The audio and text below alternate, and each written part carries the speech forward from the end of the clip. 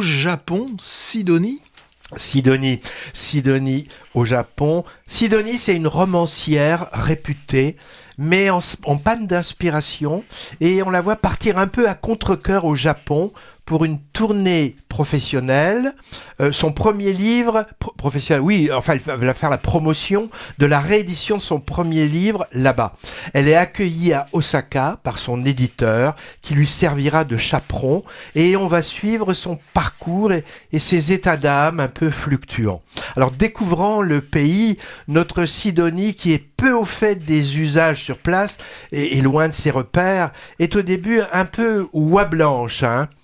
Alors, pour comprendre cette référence en forme de blague cryptée réservée aux boomers, il faut se souvenir d'une série d'animation télé pour enfants dans les années 70, Aglaé et Sidonie. La première étant une petite cochonne, c'est plus joli que de dire jeune truie, hein.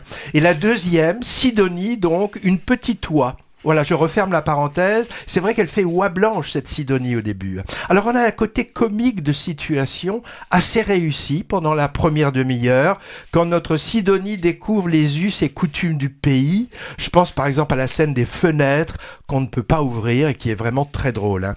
Puis le film se fait déambulation mélancolique, ponctuée par des apparitions d'un fantôme. Et puis aussi des étapes touristiques qui alternent avec des conférences de presse devant des journalistes et un public. Et des liens de plus en plus étroits vont se nouer entre l'auteur et son guide éditeur. Sidonie, c'est notre monument national Isabelle Huppert, toujours magistrale dans tous les registres. Ici, la comédie de situation, puis le drame intimiste ou encore la passion sensuelle. En fait, chaque film où elle joue peut être vu en même temps comme un documentaire sur l'actrice Huppert. On n'y échappe pas ici, hein. On guette un sourcil levé, un geste maladroit ou un tremblement de voix qui traduirait avec subtilité une émotion particulière.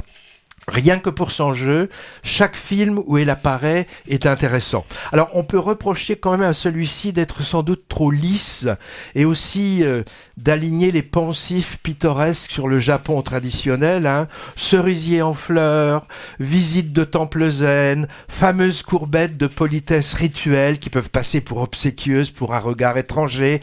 Rien ne manque. Du coup, tout ça m'a paru manquer un peu de chair et d'accélération aussi, hein. On s'y ennuie un peu, à vrai dire, avec un côté Duras, un Marguerite Duras, auquel on peut penser. Mais il y a Huppert, qui incarne comme un Stradivarius ce personnage qui flotte entre présence et absence. C'est signé de la réalisatrice et scénariste Élise Girard, dont c'est le 5e long métrage et de mon côté le premier que je vois d'elle. Mais je croyais que tu avais été le voir parce que tu pensais que c'était Fanny Ardant. Mais non, c'est Isabelle Huppert. Mais qui fait quand même partie de ton panthéon, apparemment. Tout à fait. Voilà. Avec Jeanne Balibar. Mais je sais pas si tu m'as forcément donné envie d'aller le voir.